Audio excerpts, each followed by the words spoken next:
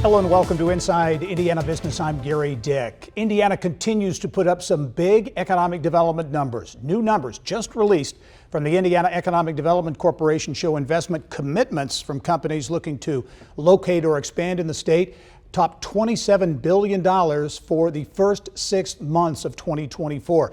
That's nearly the total for all of last year, which was a record $28.7 billion. The numbers include big investment from companies like Google, Amazon, Microsoft, and Meta, as well as high-profile deals in advanced manufacturing and new energy. But how is Indiana stacking up with other states?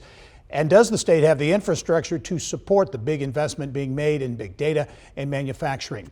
Ginovus Executive Managing Director Larry Gigerich joins me now with some answers. Larry, as always, good to see you. Great to be with you. First of all, reaction to the numbers. Those are big numbers. Last year was a big year for commitments. Already reached that almost in 6 months. Yeah, incredible momentum for the state.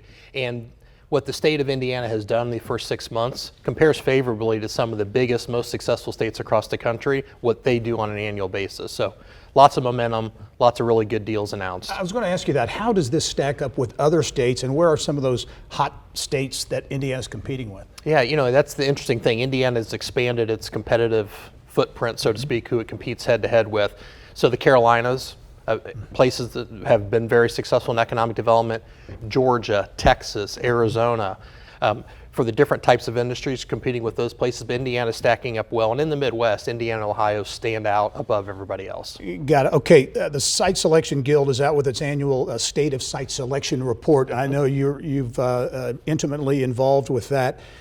Part of one of the challenges, the state of utilities, infrastructure. We see all these big data centers that are investing in Indiana. Doesn't Indiana have the power, the water to support it? It's certainly a challenge across the country. Electric utility infrastructure has frankly been underinvested in our country for 40 years. So we're starting now to catch up with some investment, and in particular, the federal government investment in infrastructure will help. But supply chain issues, the other part of it, whether you're getting transformers or other things.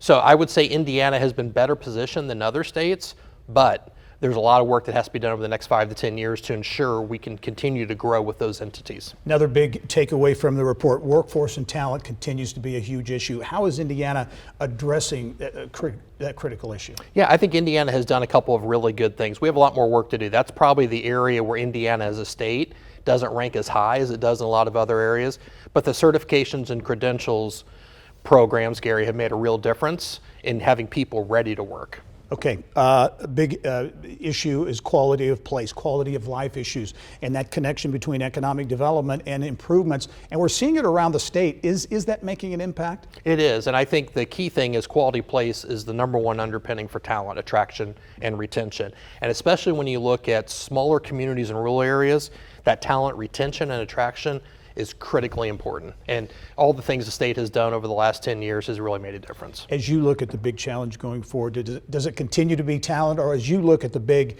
focus for the second half of the year and going into 25, what would it be? Yeah, I think it's infrastructure and talent both. So I think talent, continuing to find people that are positioned for the ever-changing workforce that is using more and more technology and automation, but infrastructure, water, and electricity are going to be our two biggest challenges, the state and the country, over the next 10 years. What quickly I want to ask you, because these data centers and big companies, you know, Amazon, Microsoft, Google, Indiana positioned for more? Would you expect to see more of this kind of investment? Yeah, for sure. I think the tool that was put in place to help with the personal property taxes, in particular for those types of operations, but also with the toll road across northern Indiana having some of the fastest telecom infrastructure in our country, that's a huge advantage as well.